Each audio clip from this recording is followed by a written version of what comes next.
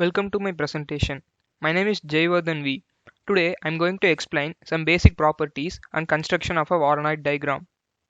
This is a typical example for a Voronoi diagram where the highlighted yellow dots are called as sites in a Voronoi diagram, and each partition highlighted by an yellow boundary is called as a cell in a Voronoi diagram. Now we will see some basic definition and basic properties of the Voronoi diagram. Let P is equal to P1, P2 up to Pn be a set of n distinct points in the plane. These points are called as sites in this Voronoi diagram.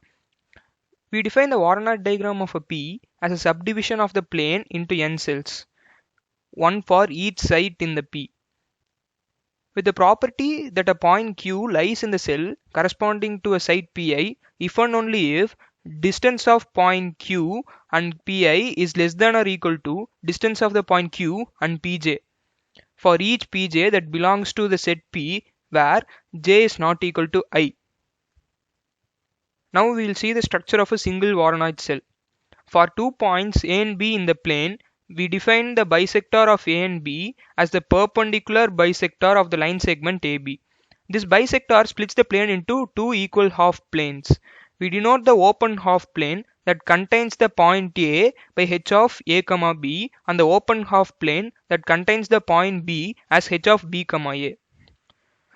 If you consider any point R in this plane, then the point R belongs to the plane h of open half plane h of A, B if and only if the distance of the point R to A is less than the distance of the point R to B. Now we'll see a theorem. The theorem is, let P be a set of n sites in the plane. If all the sites are collinear, then Voronoi cell of P consists of n-1 parallel lines. Otherwise, the Voronoi cell of P is connected and its edges are either segments or half lines. Half lines are nothing but the line which has one end as a point and another end grows infinitely. The proof. We'll prove this theorem by contradiction.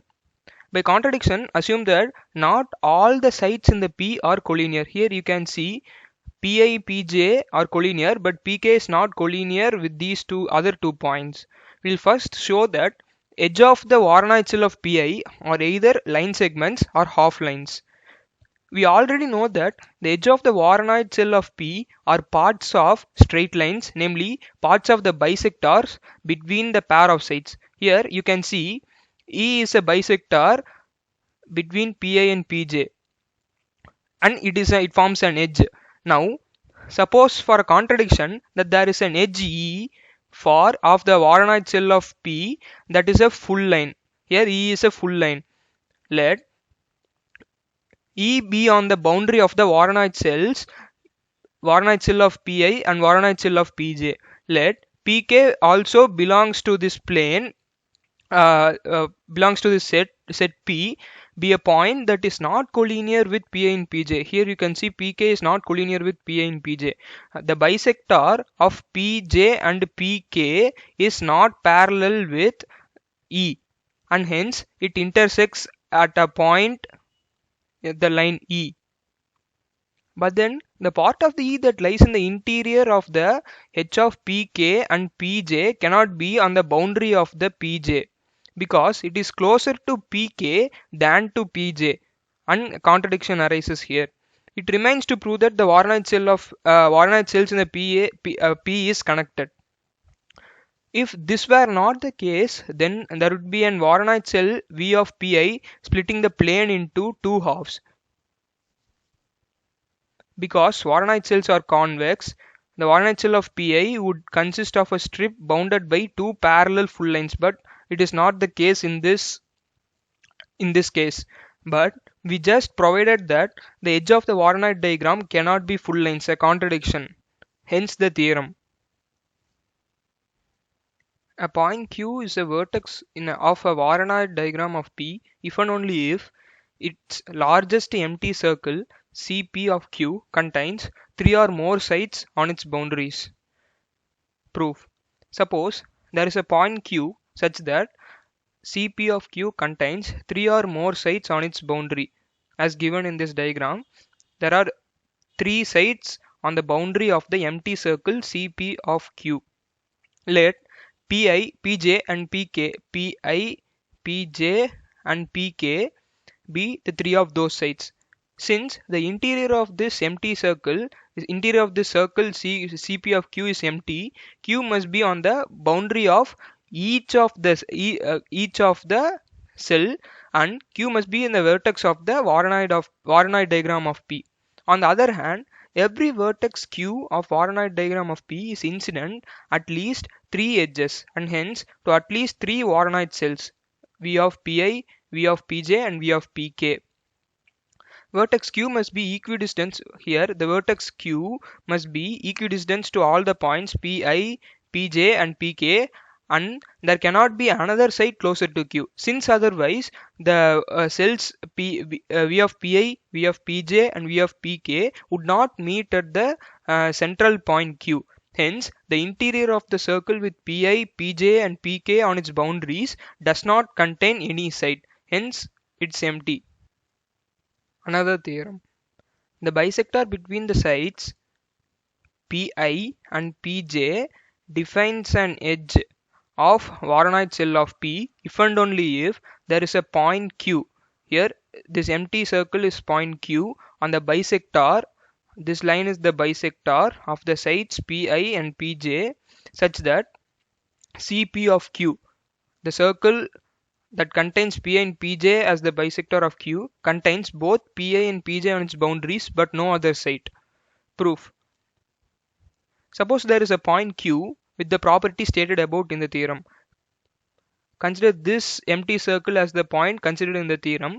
Since this circle does not contain any sides in its interior, since the circle's interior is empty and Pi and Pj are on its boundaries, we have distance between the point Q and Pj is equal to distance between the point Q and Pi. It follows that Q lies on the edge or vertex of the Voronoi diagram. The first part of the theorem implies that Q cannot be a vertex of the Voronoi diagram. The last theorem. It's from the last theorem. Hence, Q lies on the edge of the Voronoi diagram of P, which is defined by the bisector of Pi and Pj. Here you can see Q lies on the bisector defined by the Pi and Bj. Conversely, let the bisector of Pi and Pj define a Voronoi edge. Here it defines a Voronoi edge, the largest empty circle of any point Q in the interior of this edge must contain Pi and Pj on its boundary and no other sides. Here you can see the largest circle that can be formed by having Pi and Pj as a boundary contains only these two sides and any other does not contain any other sides. Hence the theorem. Now we are going to see how to compute the Voronoi diagram. Voronoi diagram is computed using the plane sweep algorithm, commonly known as Fortune's algorithm, named after its inventor. It is used to compute the Voronoi diagram in order of n log n time. In Fortune's algorithm, there are two objects that controls the sweeping process. The first one is a horizontal sweep line, which is this green line moving from top to bottom, and an x monotonic curve called as a beach line, which is formed by the edges of each parabolic curve. The beach line is a monotonic curve formed from the pieces of the parabolic arcs. As the sweep line moves downwards, the beach line follows just behind it, forming the Voronoi diagram. Every point on the parabolic curve are equidistant to P and L. This algorithm maintains the current location of the sweep line, that is the y coordinate of the sweep line, and also stores the set of the sides that defines the beach line in a left to right order. Here the algorithm stores the set of the sides this and this side from left to right order to compute the beach line. This algorithm never stores the parabolic arcs of the beach line, just stores the sides that forms the parabolic arcs. This beach line is just for conceptual purposes, and it does not store as given in the diagram. This Fortune's algorithm mainly consists of two events. The one is point events or also called as a site event, and another one is circular event or also called as a vertex event. First, the point event. Point event occurs when the sweep line passes over a new point. Here you can see this P3 is a point and which is not included in the Voronoi diagram, and this green line is a sweep line. When it passes through this P3, the point event occurs, and when the point event occurs, a new parabola will be inserted into the beach line. Here you can see when the sweep line passed through the P3, a point event occurred, and a parabolic arc, which is also known as dangling edge, is created in this diagram. Whenever a point event occurs, we'll do the following steps. We shoot a vertical ray up to the parabola. Here see, we are shooting a vertical ray up to the parabola that lies immediately above the point in the beach line. Now then we'll split the arc into two by inserting a new infinitesimally small arc at this point. Here we'll split this arc into two arcs, this one part and this one part, by drawing an infinitesimally small arc between these two arcs. As the sweep process proceeds, the arc, that is the dangling edge, which start to widen. You can see as the sweep line comes down, this edge becomes widened. You can also see the process in the sweeping process in this GIF.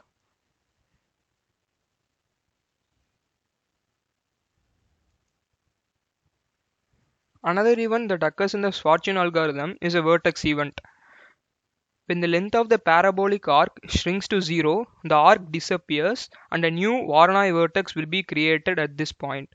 Here you can see there are three arcs formed by three sides Pi, Pj and Pk, and eventually when the sweeping line comes down, the parabolic arc formed by the Pj disappears and becomes the circumcenter where this point is equidistant from all the points such as the sweep line Pi, Pj and Pk. Hence this line becomes a vertex in the Voronoi diagram. The same as I explained, this particular consider 3 points Pi, Pj and Pk whose arcs appear consecutively on the beach line from left to right. This arc formed by the side Pi, this arc formed by the side Pj and this arc formed by the side Pk. Consider the moment at which the sweep line falls to the point where it is tangent to the lowest point on the circle. Here you can see when the sweep line forms a tangent to this circle, at this instance the circumcenter of this circle is equidistant from all the points, all the sides, and all the sides. Thus, all the three parabolic arcs passes through the center point, implying that the contribution of the arc by the Pj is disappeared from the beach line. In terms of the Voronoi diagram, the bisector of Pi, Pj and Pj and Pk have met each other and a new Voronoi vertex is created. And this process keeps on going until there is no event or there is no sites in the given queue. Finally, we will obtain a Voronoi diagram. Thank you.